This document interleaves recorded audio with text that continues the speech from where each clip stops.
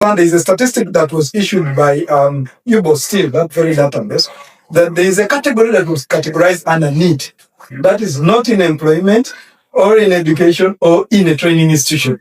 That means they're redundant in the economy.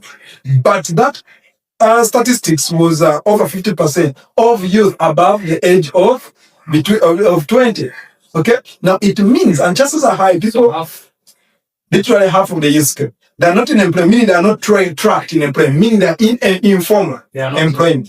Now, when we're talking about economic freedom, we also need to look at them. Now, it brings me to what Joram said, that the ease of doing business is so much key. But also for those who are employed, economic freedom comes in aspect of the rule of law, where the respect of contracts and the rights. Now, in the situation whereby I'm employed and I'm insecure on the job I'm on, that one also brings in the policy framework of ensuring I am certain, because when I am confident of where I am on, when the contracts are being obeyed, I can use the same contract and maybe get additional capital in terms of loans and the likes because I have a certain contract, okay? So economic freedom has a lot of policy frameworks to play around. It's not only about people being happy and enjoying the likes, but rather the policy landscape. You know, Joram said it earlier on about Uganda's ease of doing business.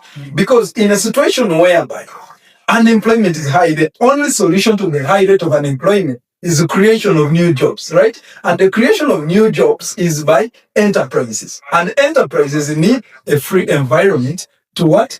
To come into the market. So logically, when you're talking about the economic freedom, it has to translate largely to enterprise building, setup, sustainability, and scaling.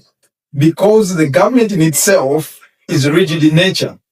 Okay? Government is not scalable, but enterprises are scalable. So the only solution to embody and curb this worry of unemployment is to have more of enterprises. And how do we have more of enterprises? Is when we have more of free market policies or free market understanding or operations, that it is easier to create a business, it is easier to expand, it is easier to export, it is easier to import, it is easier to start and grow a business. That is what will create more